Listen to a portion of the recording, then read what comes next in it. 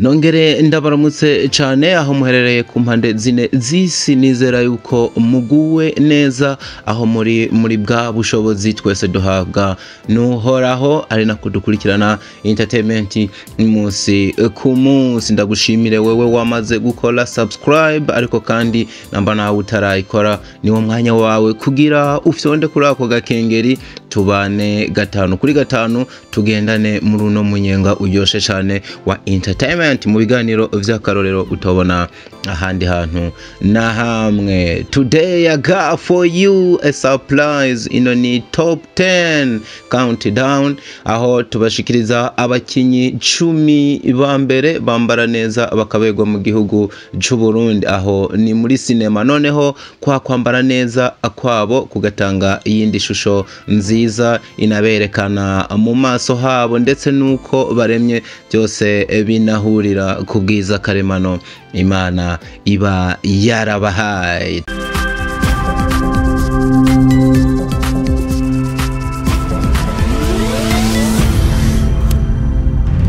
Diko Entertainment. Twihuse cyane ku mwanya wa 10. Ku mwanya wa 10 turahasanga uno mugabo Iradukunda Libert alias Nsoro, niryo zina yamenyekanye ko uno mugabo urukoba rw'inzobe numwe mu bantu babonekana neza bitewe n'uburyo babonekanamwo n'uburyo bambara, noneho warukoba rwiwe ruri clean rukabimufashamwo. Numwe mu bantu atari barebare ariko atari na mugufi cyane, ariko arangwa ko ikintu citwa smartness atariyo mu bikorwa gusa canke mu mutwe, ariko kandi imwerekana haba mu ntambuko ubunyarutsi n'ubwira akorana yamara bikagaruka bikafekta uburyo abonekanamwo mu maso na physique yiwe. Byashira ko agasporo akora bigatuma ari umwe mu bantu baguma banonotse, noneho bakagira imboneko nziza n'uruhu runonotse. Uno kukijanye no kwita kwambara wanashaka si ikirenga kuri we, ariko ni wa muntu akantu kose yambaye ububona kamuguye ko kakamuha kubegwa, ariko akaba ari umwe mu bantu rimwe na rimwe bacishamwo akavuga ati uno munsi reka ndabambarire ndabereke ko nanje ndi umusitare w'isuku. Noneho akabijya kuri uno mugabo Iradukunda Libert yamenyekanye nka Nsoro, ni umwe mu bantu mu mutwe hiwe haba hitaweho kurusha ahandi, akaba ari umwe mu bantu bimaze kubonekana yuko nubwo uwo muserukira ko ari ahantu mu vyondo habe mu bikorwa bingana gute utomucisha mu ijisho umuravye imboneko afise mu mutwe. Akaba ari umwe mu bantu bimaze kunabonekana yuko aja mu masalon kenshi. Byo byose ubiteranije akaba ari zatumye uno mugabo Nsoro aza ku mwanya wa 10. Ati ino top 10 countdown ishobora kuza kudutwenza canke rimwe ama surprise menshi nivyo koko hano nta guteba kandi ubona yuko bitoroshe na gato, ariko niyo mpamvu mbanaje kugira ndayibashikirize. Mu nkundire gato mbanze nsome ku mazi kubera ko kino gikorwa nticoroshe, hanyuma ndagaruka mbandanya urutonde ukamenya ngo ntayandi mazi umusore wanyu aba ariko arinywera kugira ijwi rigume ari murye atari fresh water. Uyasome neza udakangagurika n'amazi meza y'akataraboneka, ubwire n'abandi ko yohora araboneka. Yanywe niyo mazi yacu, yanywe ku magara yanyu, yanywe niyo mazi yacu, yanywe ku magara yanyu, yanywe niyo mazi yacu, yanywe ku magara yanyu. Fresh water, notre eau, votre santé. barakubwira bati fresh water notre eau votre santé. Niyo mazi tuba turi kwinywera, we wayinywa ntayo nzi, sinzi ico urindiriye kugira unywane natwe ano mazi y'akarorero, ibintu bibandanye kugenda neza, ugire amagara meza. Ku mwanya w'umunani nako ku mwanya w'icenda turahasanga uno musore yitwa Abubakar, niyo mazina yiwe, ariko kandi yamenyekanye cyane nka Lay. Uno musore Lay akaba ari we yaje ku mwanya w'icenda. Numwe mu bantu mu mboneko yabo, ni umusore mugufi ariko asa n'uwitahuye, akamenya ubugufi bwiwe, aramenya uko abumanaginga bitamubuza kubegwa na gato. Bimwe mu nyambaro ziwe, numwe mu bantu bakunze kwambara amajinsi, akarenza ko bino birato binini benshi bakunze kwita amasupless, byose biba biri mu bwoko bw'ivyo, nubwo rimwe rimwe acishamwo akambara udusimpo. Umwe mu bantu ashobora kwambara na bino bita amaponje bikamubera cyane, noneho hejuru yashirako agapira, kunze kuba yambaye imipira yagutse yarenza kwa gashaneti, agashirako n'isaha, ukamubona nk'umwe mu basore babonekana neza, baba ababerewe cyane. Umwe no mu bantu bafise ikintu cyo guhindagura amakwafe canke amakwafire ku mutwe, rimwe na rimwe akananyuzamwo akiterera ku dread, ukabona yuko bimubereye cyane. Lay ku mwanya w'icenda. Kwihuse cyane ku mwanya w'umunani. Ku mwanya w'umunani hari uno murundi kazi yibera hakurya y'amazi manini neza na neza mu gihugu ca Canada, yitwa Sandy Nduwimana. Uno akaba ari umukobwa muremure, bamwe bavuga ngo baremutse, bafise igihagararo kweri, umwe mu bantu batwenga neza bikababera. Ni umwe mu bantu bimaze kubonekana yuko yambara neza, na cyane cyane yuko icitwa agafaranga atari ico abuze.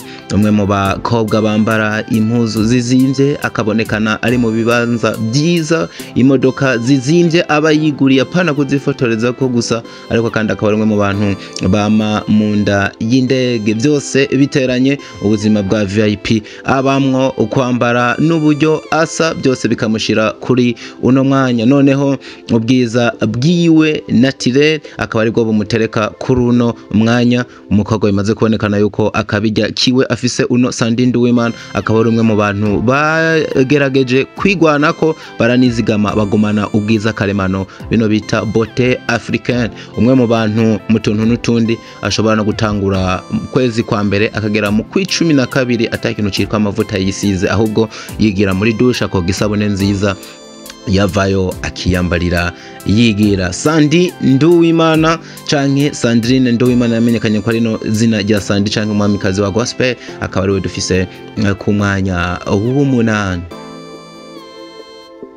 Ku mwanya w'indwi turahasanga uno umukobwa Chanceline, umukobwa akiri muto haba mu myaka, umwe mu bantu uraba mu maso ukabona yuko agitemba itoto. Uno numwe mu bantu bamana agasurire canke se agatwengo ku maso, noneho akaba ari umukobwa yita kw'isuku y'ibyambagwa, eka mbere no mu mutwe ukabona yuko agerageza kuhakora neza, hiyongera ko akabiri kiwe kanoboye kananonotse na tayi tababaza itunganye, byose bikamutereka kuri uno mwanya w'indwi. Chanceline akaba ari we mu mukobwa canke se umuntu yafashe kino kibanza c'indwi.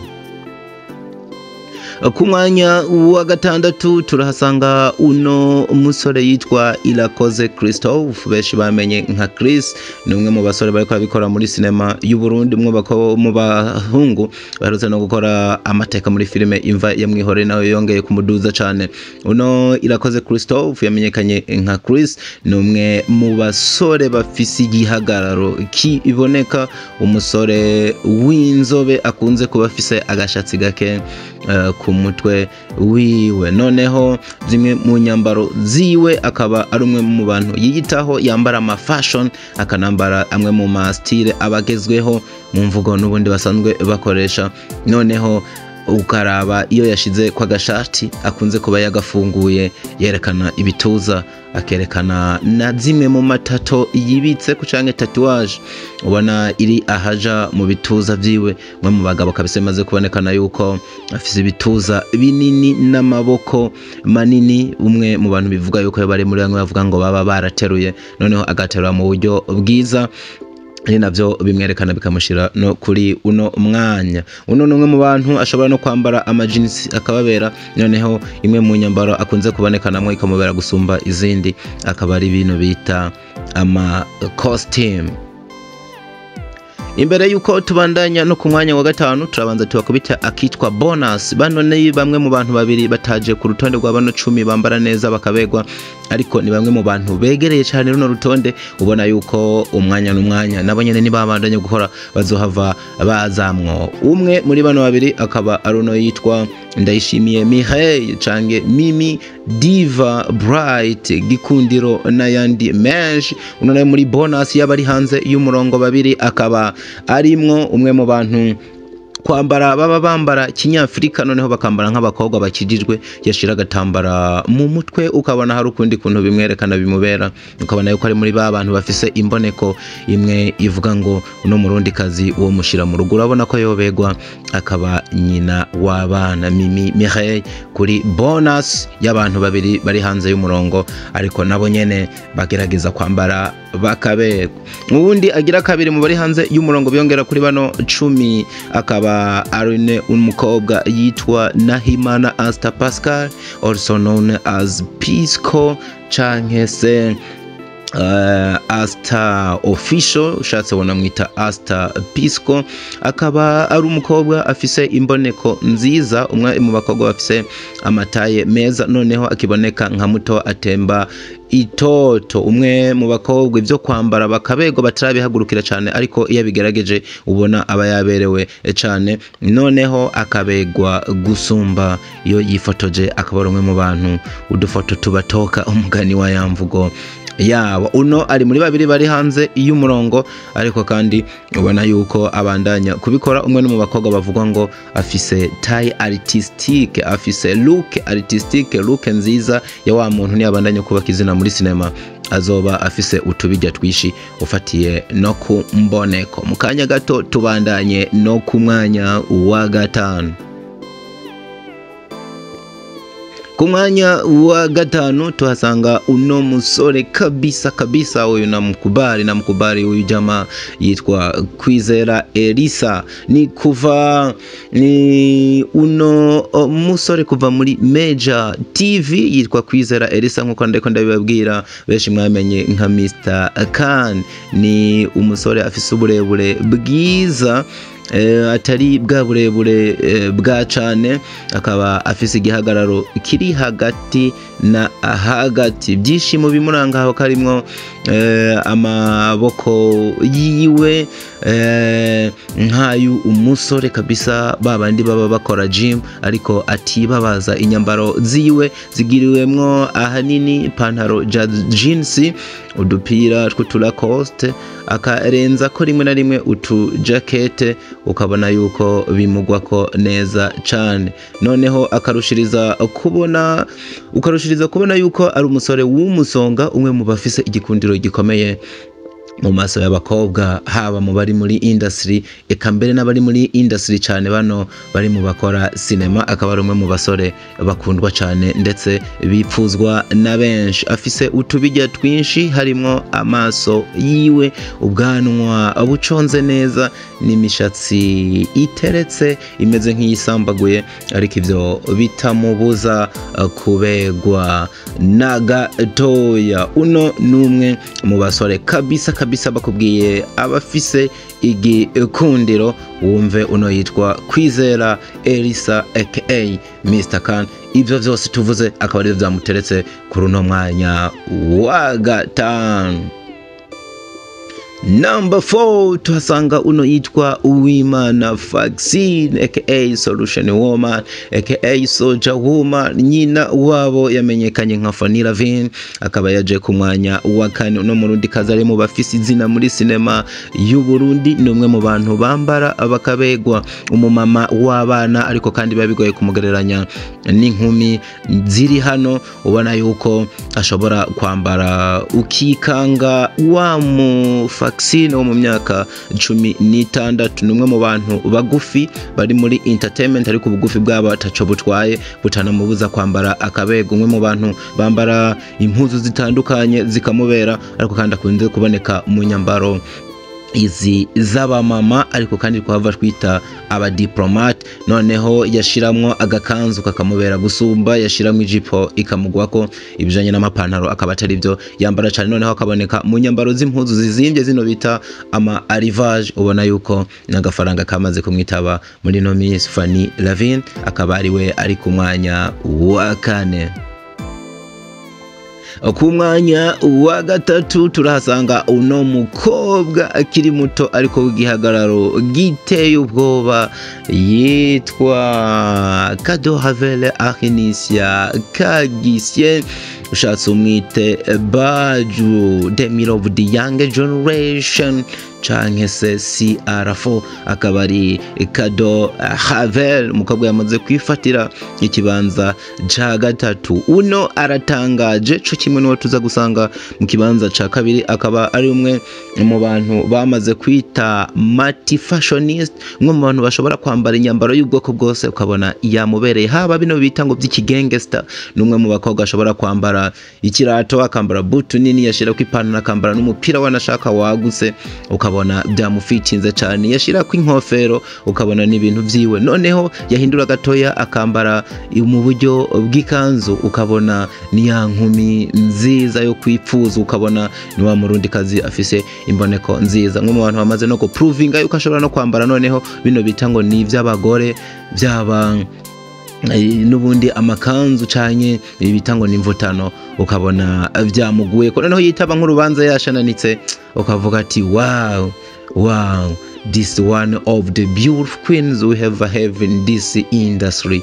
Kado Havelle, ukavuga ngo uyu n'umurundi kazi wo gushira mu nzu. Noneho byaherekezwa na bimwe mu bijanye n'indero, itsi ndagira uburyo yitwara mu bantu, ruke yiwe gutwenga bikenewe, uburyo aboneka buri naturel, bakaba ariko rwamushize kuri uno mwanya wa gatatu. Igitangaje kuri Kado Havelle mukwiye kumenya, akaba ari umwe mu bantu imitahe yabo iherera cyane mu mutwe. Uno nubwo mubona yacafuye na gato, ariko akaba ari umwe mu bantu bigora akamana imboneko nziza yo mu mutwe. Umwe mu bantu nibiburi buri mu ndwi aba yituye inzu zitunganya imishatsi nk'inshuro zibiri kugira imboneko yiwe ibandanya ari nziza nk'umustar, afise izina kandi ariko arabikora neza muri no industry. Kado Havelle Arnisia Kagisye akaba ariwe yateruye umwanya wa gatatu. Ku mwanya wa kabiri turahasanga the one and the only, yitwa Alvera Muhimbare. Noneho uno aratangaje afise n'utubijya twinshi bitewe na taye yiwe, uburyo iboneka. Akaba ari umwe mu bantu bafise ya mataye nawe nyene bakubwira ngo yodandaza muri industry, ya mataye ataderanja wa muntu muto, ariko ubuto bwiwe babumubereye bikamwerekana nk'umuntu afise imboneko ki entertainment nkuko babivuga. Uno ni Alvera Muhimbare, umwe mu bantu afise akabiri kanoboye, noneho akarangwa n'icitwa isuku. Umwe mu bantu kugira arinda sohoka ave mu nzu aje hanze, nubwo yo bagiye kugura amazi ku boutique, ari umwe mu bantu ategerezwa gusohoka yiteguye ameze neza, kabone nubwo mutera surprise ariwe muhira, usanga kabisa afise imboneko y'umustar nubwo batoba babikubwiye. Noneho uko iminsi igendiza, akaba ari mu bantu bagenda barushiriza kubegwa bitewe n'agafaranga kagenda kamwitabira, namwe mu marebo aba arimwo amwitayeho neza cyane, akabonekana rimwe na rimwe mu bibanza byiza yasohotse, ari mu modoka nziza ubona yuko amaze no kuyigura. Noneho akaba ari mu bantu bariko barambara ibyo bitama arrivage na zimwe mu mpuzu ziba zizimbye. Ni Alvera Muhimbare ushobora kubona ukamubona yambaye ipantaro ikamubera, akambara ikanzu ikamubera, yambara ijipo ikamubera, akambara nk'abahungu bikamubera, yambara nk'abigeme, yambara nk'abamama, byose bikagwa ko akaba ari byo byamuteretse kuri uno umwanya utofa kubona kundi muntu numwe ku mwanya wipfuzwa, ku mwanya wa kabiri muri no top 10 countdown. Alvera Muhimbare akaba yaje ku mwanya wa kabiri as number 2. Ku mwanya wa mbere, looking clean and neat, well dressed in fashionable look and form clothes, he is the one and only Sabasi Nkurunziza alias King. Uno arayoboye urutonde kweri kweri mu mpera mashi, ono muhungu w'ibwami Sabasi Nkurunziza benshi bazi nka King, akaba ari wayoboye urutonde ku mwanya wa mbere. Umwe mu bantu bafise look nziza, umwe mu bantu bari clean haba mu bujyasa n'inyambaro, umwe mu bantu bari fit, bambara neza mu buryo buri fashionable, kandi akakubwira ngo ni umwe mu bantu bari formal clothes. Nukuvuga ni wa muntu yambara impuzu ikabimuri ko itunganye, hanyuma ukabona yuko ari impuzu yizwe ko itapfuye gusohogwa. Hama ni wa muntu arinze yambara nubwo impuzu ya sport, ubona yuko aba yafashe ipasa akayigorora.